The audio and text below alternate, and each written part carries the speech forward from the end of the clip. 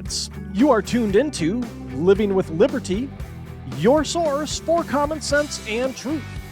Bringing you insight from outside the mainstream, I am your host, Ryan. Today we look into the question, do experts deserve to go unchallenged? And we debut a new segment next on Living with Liberty.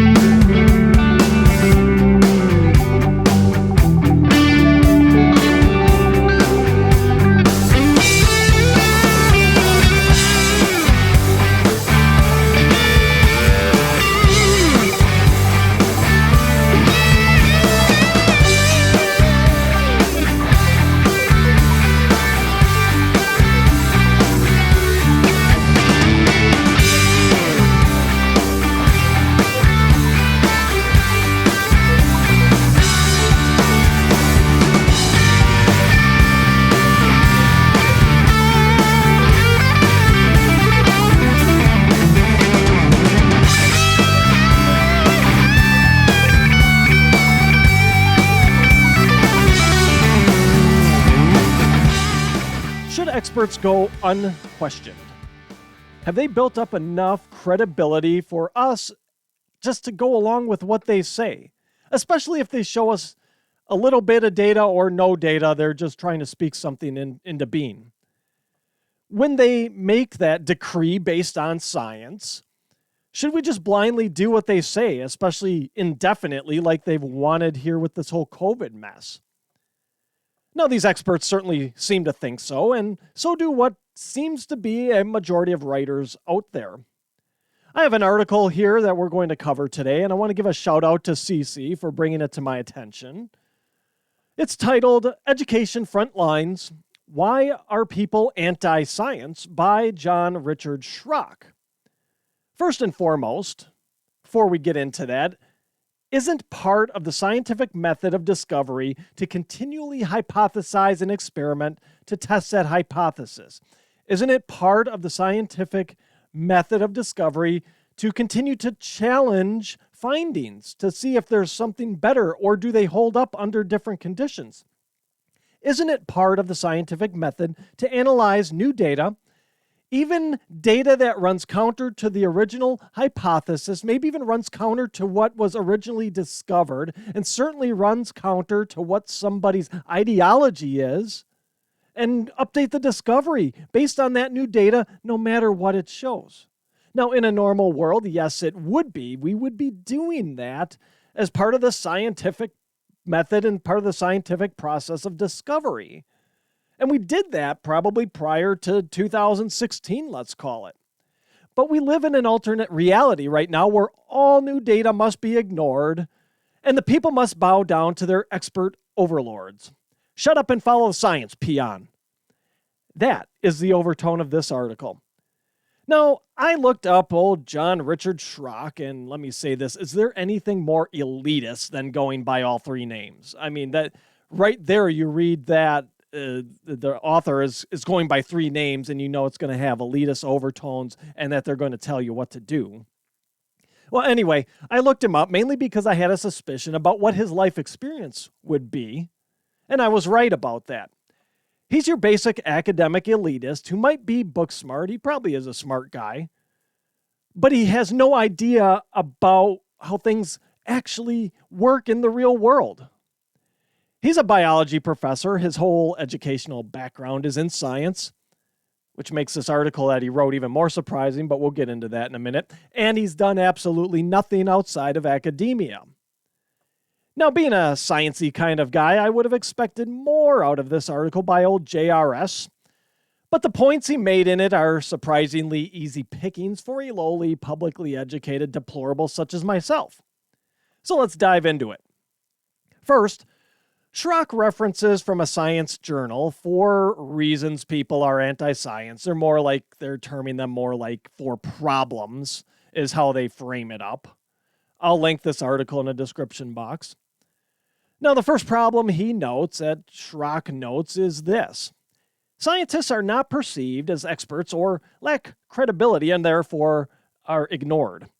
They break that into the recipient looking for expertise, honesty, and objectivity in the scientist. Well, yeah, those are important things in a scientist, aren't they?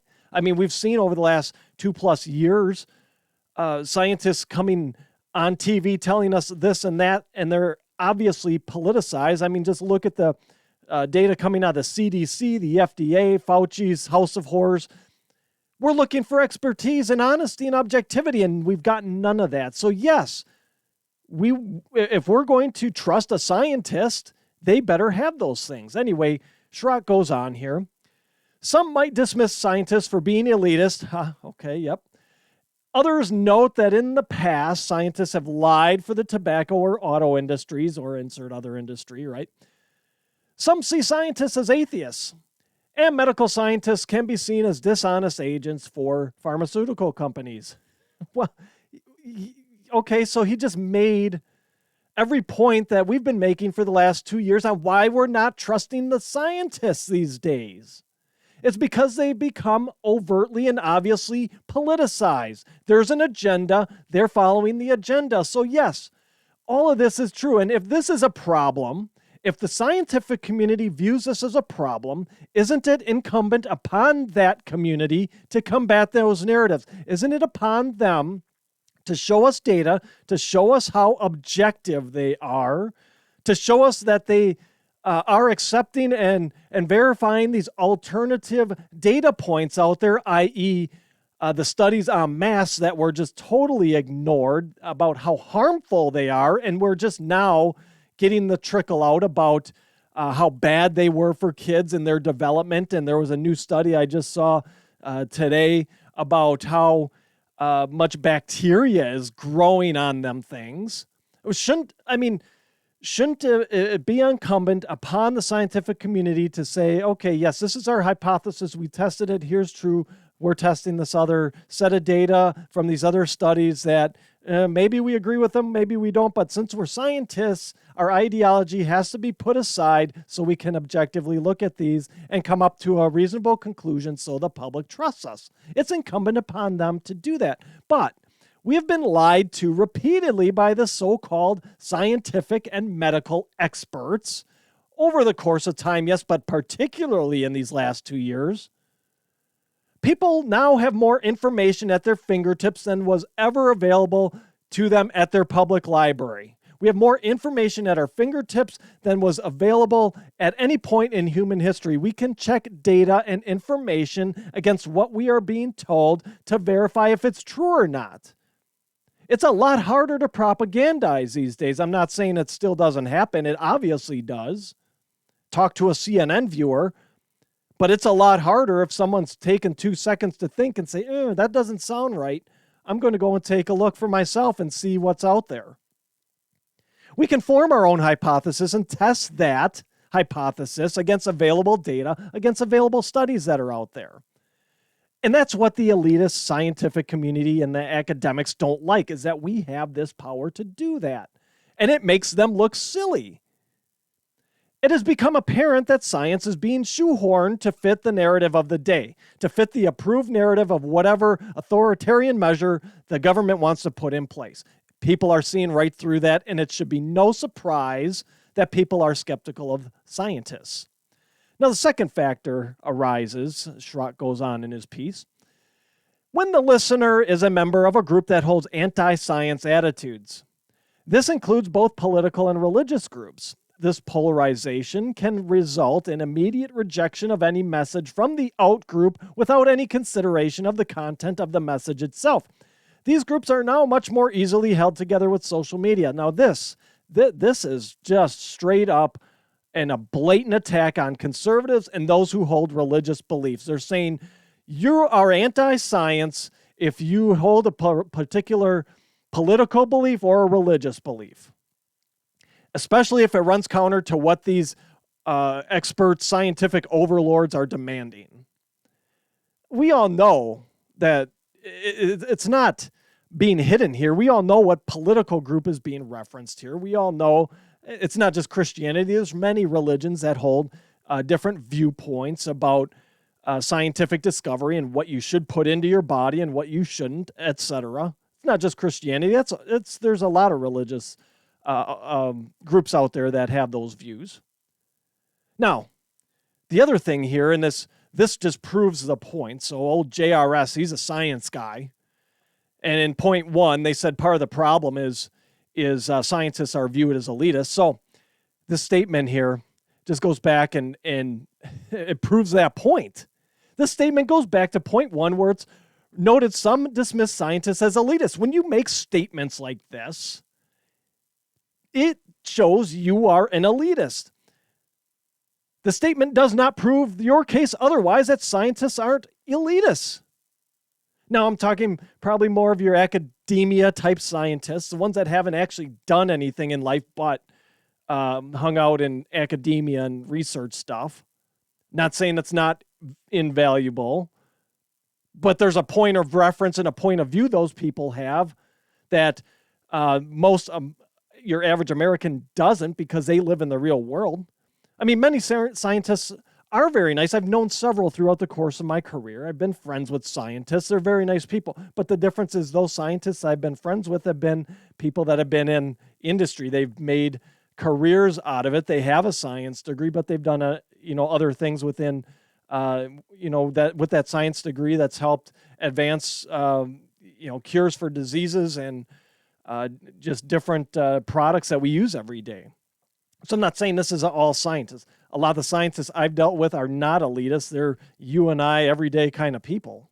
That goes for a lot of doctors too. I mean, there are some doctors out there who think they're the smartest person in the room, but most of them are very, very nice people, and I love them to death. But we've got this certain segment here, and they're the ones that are the loudest, right? And I think they give the other folks in those scientific communities a bad name by being the loudest, by doing science based on their ideology versus what the facts are. So how the statement just basically supports point 1 where they say people view scientists as elitists, and then you come out and make a statement like this. I mean, this group here, this journal that Schrock took this from, they're attacking people for holding a anti-science attitude because they choose to question the validity of what the science says or hold dear to their religious viewpoint and won't give in to their little g God complex and obey their every command. That is the very definition of an elitist.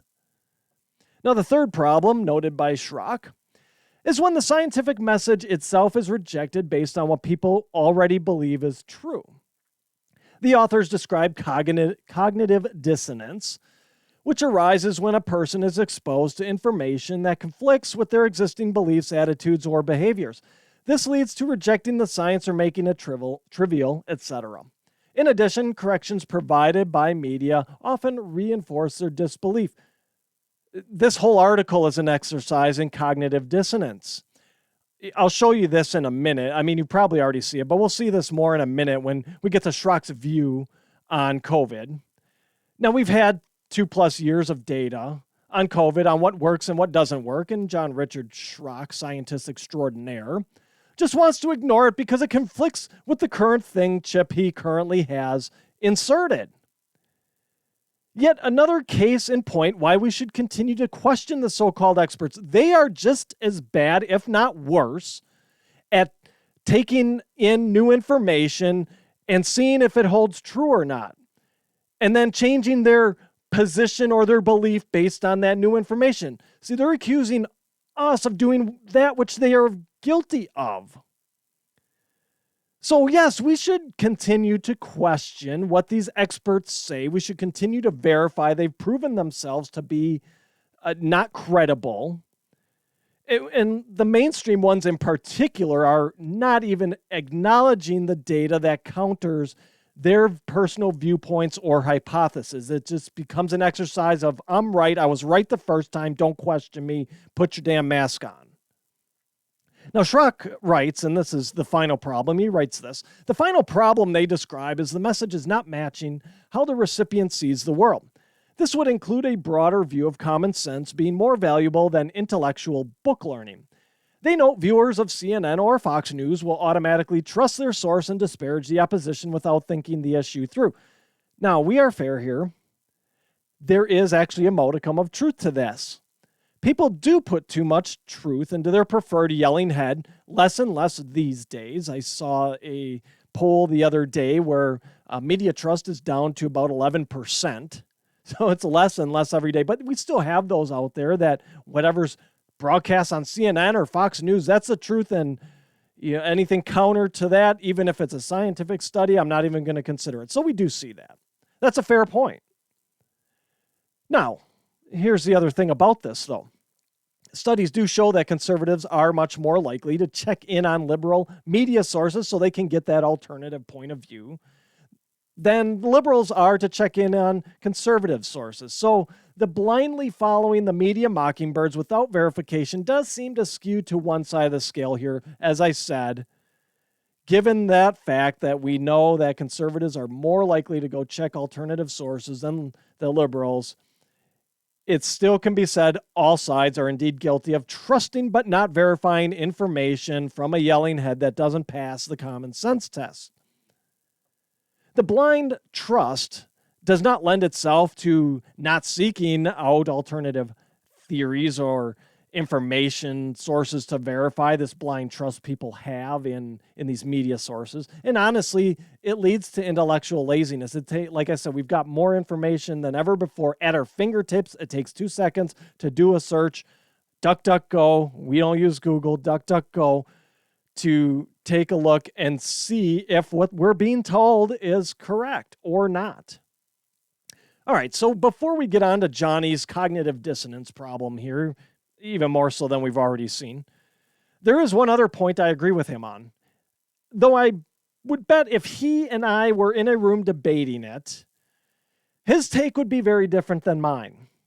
The statement goes like this: but the major problem in these last 2 years has been the ability to communicate the basic human anatomy and physiology involved, the nature of viruses, and the way the immune system works. Yeah, that has been a major problem. I agree with you there, John. We have had a major problem communicating facts surrounding the basics of what makes a man and a woman, the basics of how our bodies and immune systems operate.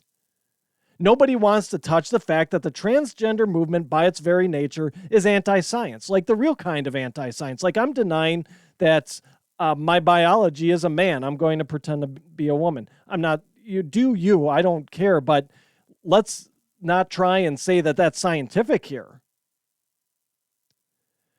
These scientists in this article are moaning because the plebeians disagree with their decrees. They disagree with their findings. They go and find their own facts and then debate them or debunk them. Transgenderism violates the very facts of human anatomy, which is a science, oh, by the way. Men can't be women and women can't be men. Biology is a law. No matter how many hormone blockers or sex change operations one has, your chromosomes are what they are. Your DNA is what it is. Now, there's the whole not communicating the nature of viruses and how immune systems work. Again, exactly, I agree with you there. There's been a major problem in communicating how viruses and immune systems work. So let's think about this again. What do viruses do? Well, they mutate so they can survive. If they kill their host, they die with the host. You're a virus and you kill everything you're infecting, well, you die too. Now, I know viruses aren't alive, but they're still mutating to survive, right? They might not be alive, they might not be thinking, but they're still a pathogen that goes through a life cycle. Yet this whole thing about how viruses just do virusy things seems lost on the scientific community as we've had all these different COVID variants.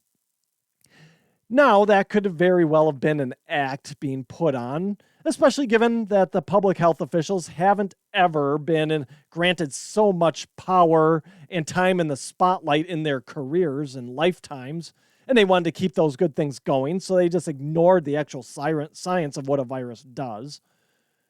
But it seems no one wants to ask the question of, did we accelerate the evolutionary pressure on the coronavirus by jabbing hundreds of millions, billions of people with an experimental drug that in the end does nothing? Would the coronavirus have just died off because people would have built up what looks like a better and broader immunity by being naturally exposed and letting their immune system do its job versus rushing an experimental therapeutic out there that gave people antibodies for a little bit of time to a piece of the spike protein, and that's what caused the virus to mutate and mutate more quickly than it might have otherwise to try and evade that protection. If we were doing science here, instead of giving in to fear, we might have had an answer to that. We might get an answer to that. Who knows? There might be a study out there that takes a look at that, but that's being memory hold. But you know what? Just go ahead. Just keep on accusing me of being anti-science. That's fine. I can take it. Whatever. Now, let's get on to the cognitive dissonance piece I know you've been anxiously awaiting here. Now, the piece opens with this statement. Because refusing vaccination against COVID-19 is costing lives now and will continue to do so in the future. Okay, right there. We've already got tons of evidence out there saying that these therapeutic injections do not necessarily save lives.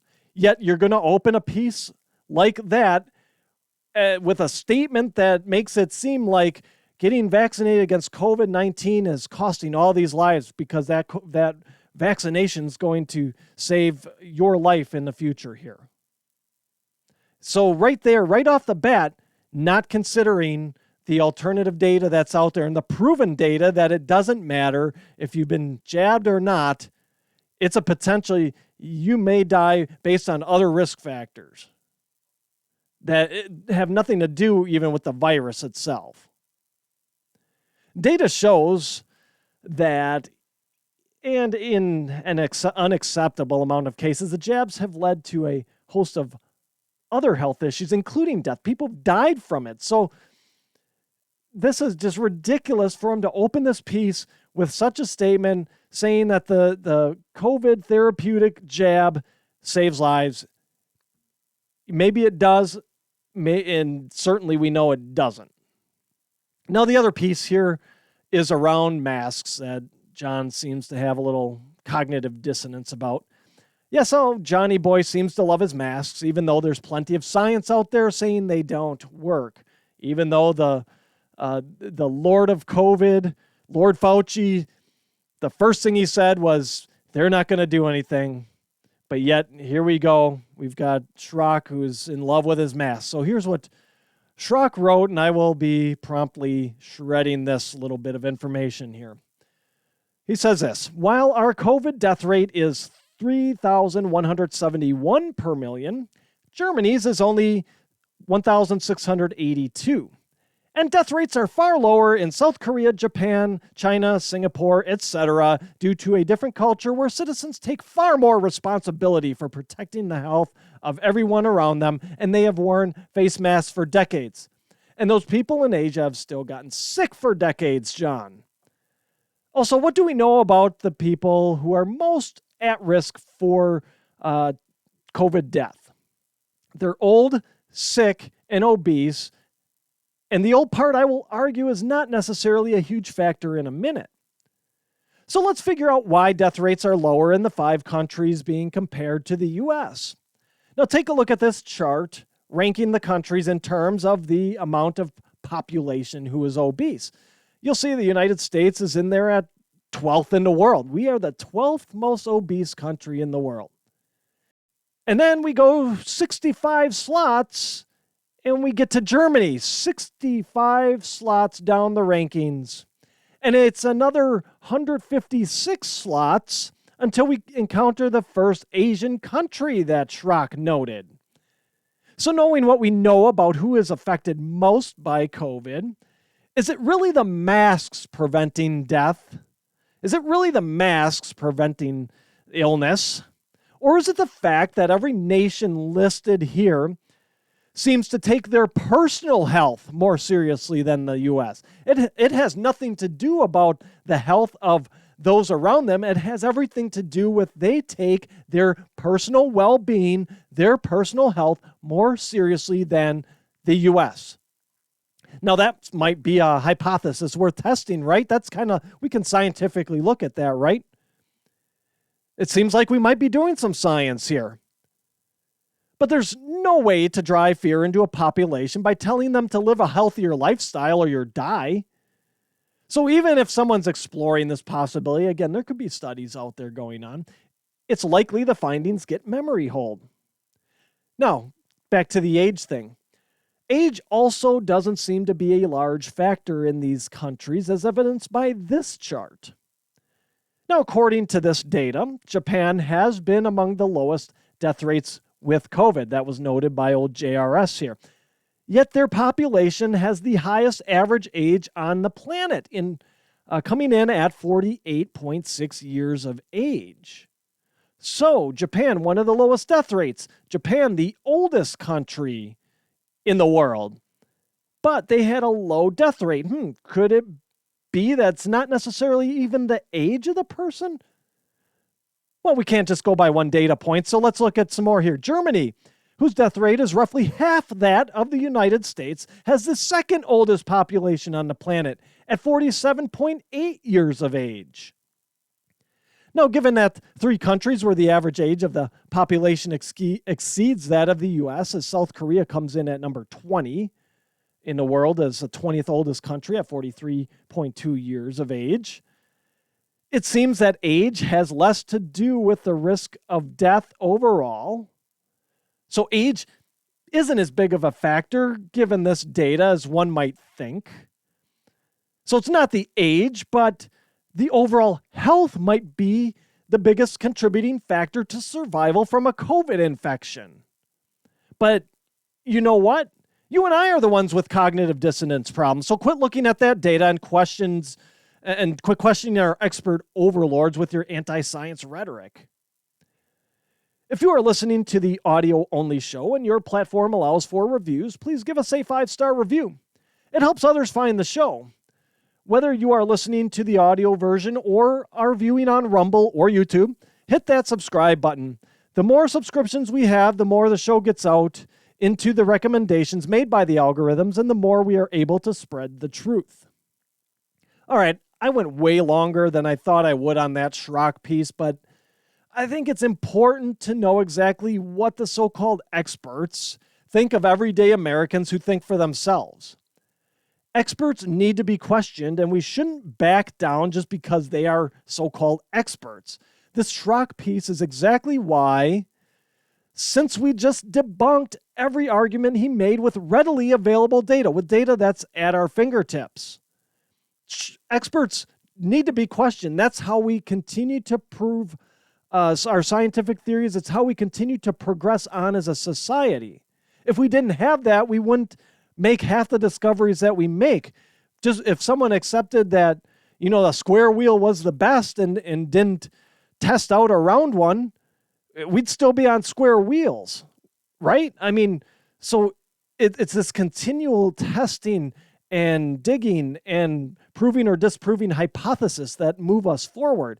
So yes, experts deserve to be questioned, especially if they're proving themselves to be nothing more than ideologues who are being sent out there to propagate the government message.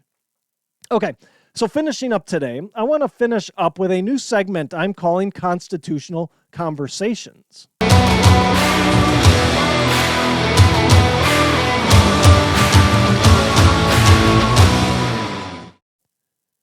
One thing that's been abundantly clear in these last few years, probably even much before that, but certainly, at least to me, has been highlighted these last few years, it has been the lack of knowledge we as a country have in our Constitution.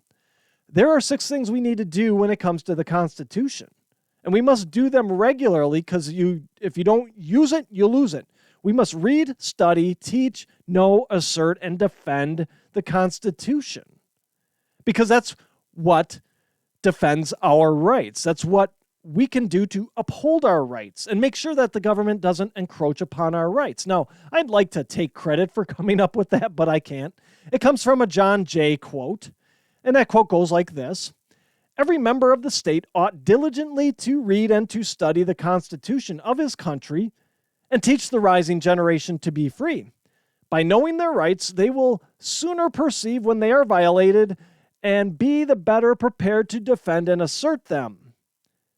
Like I said, if we don't practice something, we lose it. If we don't study something, it might be way back there in the memory banks, but it's a lot harder to call it up if we let it go for a long time than if we're routinely studying something and looking at something. Like John Jay, said in his quote here, we know our rights. We know them like the back of our hand. We can that much sooner know when the government is overstepping their bounds and defend and assert those rights and tell them to back off. That's what happened to our constitutional knowledge, though. We didn't practice it. We stopped teaching it. We have allowed it to be pushed out of our schools. We as adults don't take time to read and study it. You can read through the Constitution in 20, 30 minutes. It's not necessarily the easiest read in the world. A lot of it's written in legalese, but if we don't take the time to do it, we lose it. And it's a lot harder when the government starts to overstep its bounds for us to try and recall, is that a right of mine or not? I don't know, and we lose precious time in pushing back on it. The politicians know this. They know that as a whole, we don't know the Constitution like we should, and they continue to usurp more and more power for themselves and the federal government, honestly.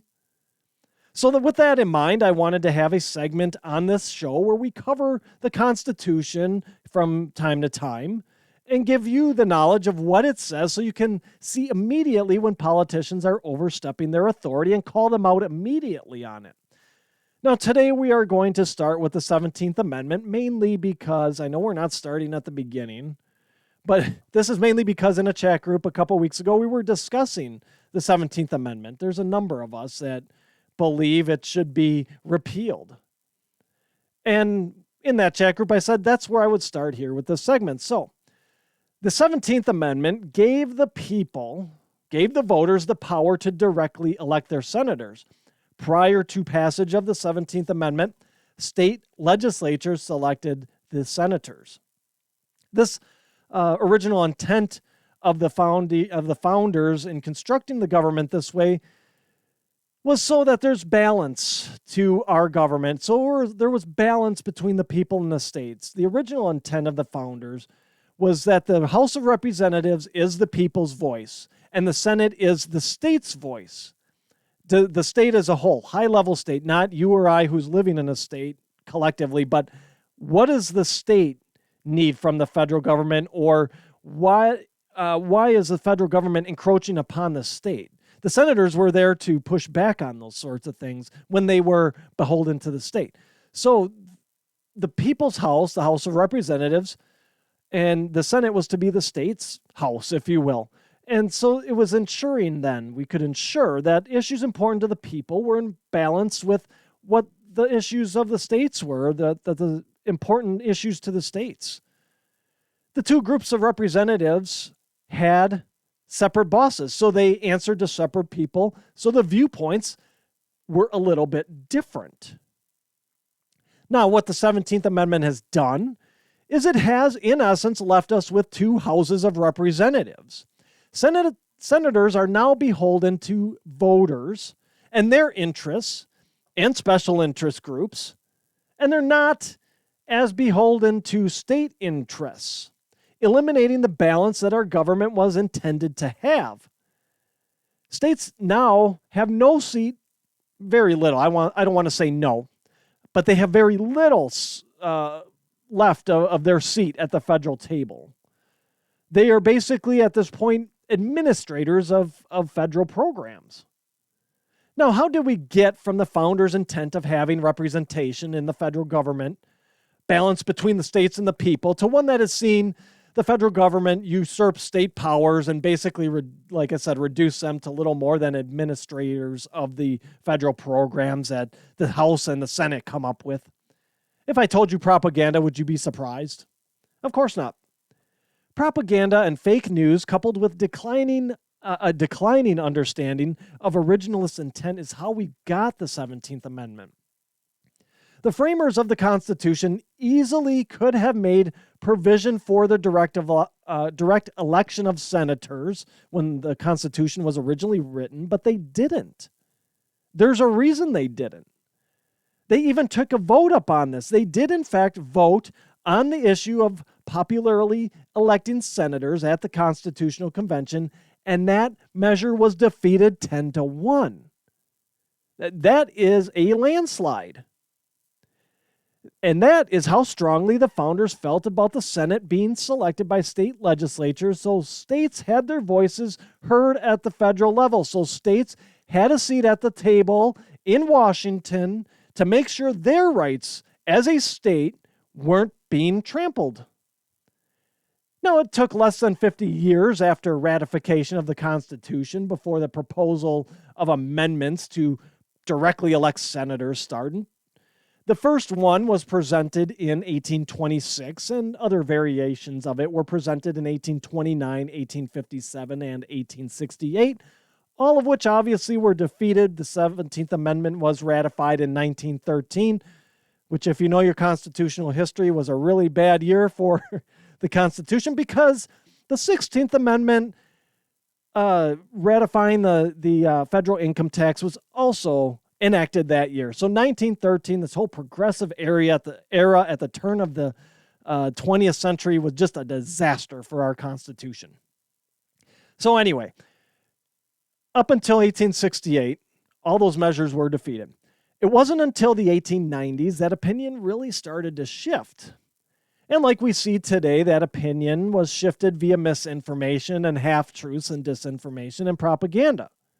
Now, the Populist Party made it a platform item of theirs. Nobody's ever heard of the Populist Party. I hadn't until I did this research. But they had it as a platform item.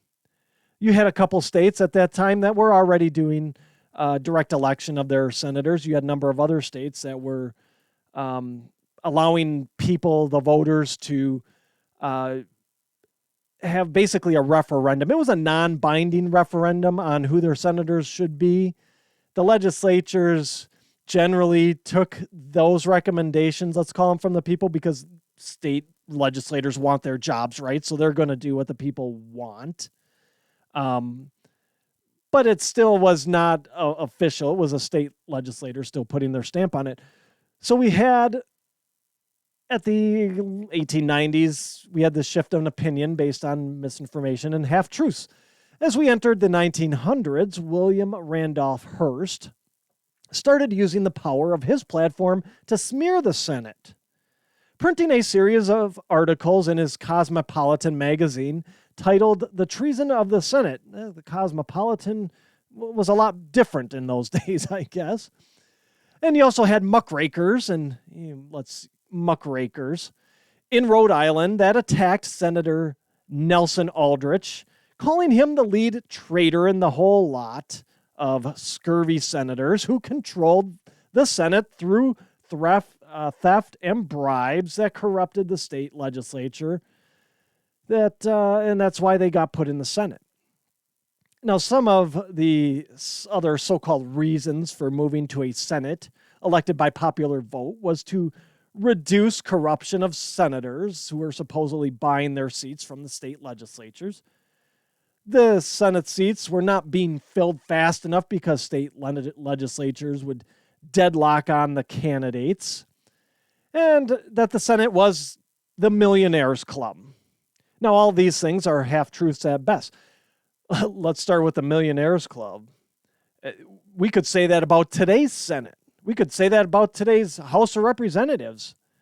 I mean, you think about Bernie Sanders. That guy went into the Senate on welfare and is now a multimillionaire. He's got multiple houses. So you see how this is just a exercise in half-truths, in fake news, in slander.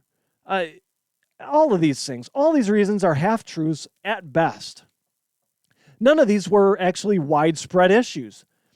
Between 1857 and 1900, only 3 investigations were done for corruption of senatorial elections. So in 43 years, 3 investigations. That's less than 1 every 10 years.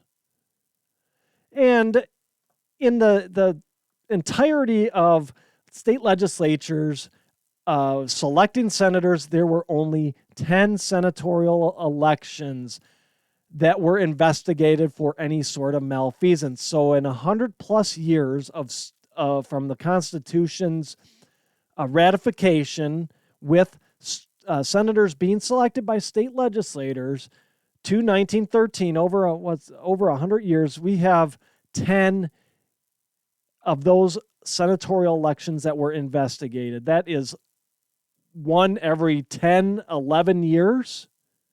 Hardly a widespread problem. And also the deadlocks thing at the state legislator level, those also were not as prevalent as they were made out to be.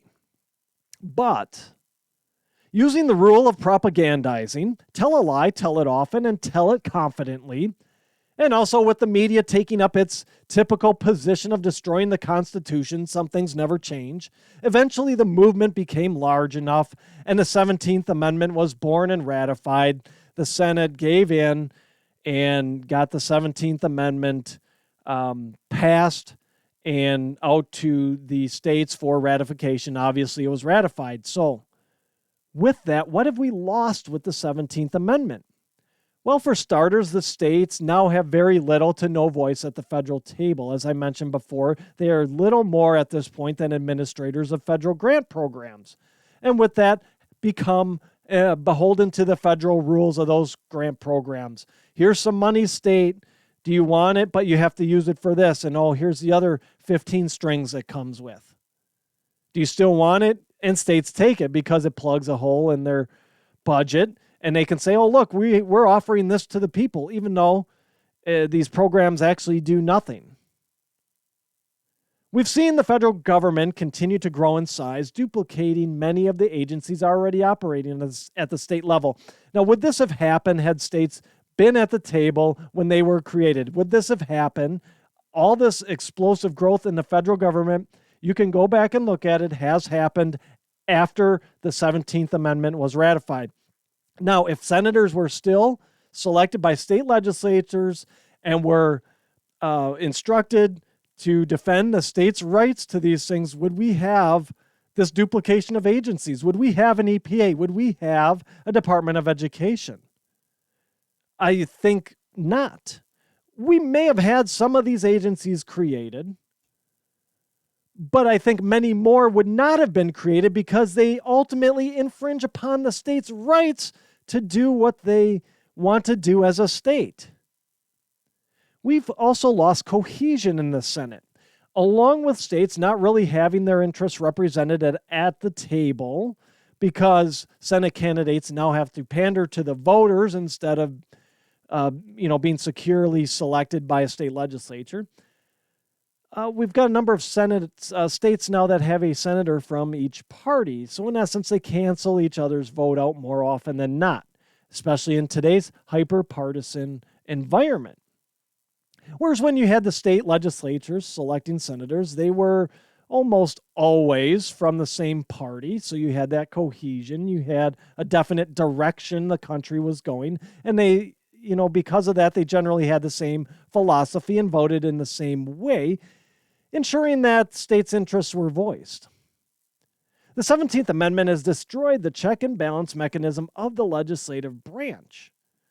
The intent of the Senate being selected by state legislatures and the House of Representatives by popular vote was to have each house of the legislative branch of government answer to different bosses so they could act as a check on each other and prevent excesses, to prevent stupid ideas from becoming law.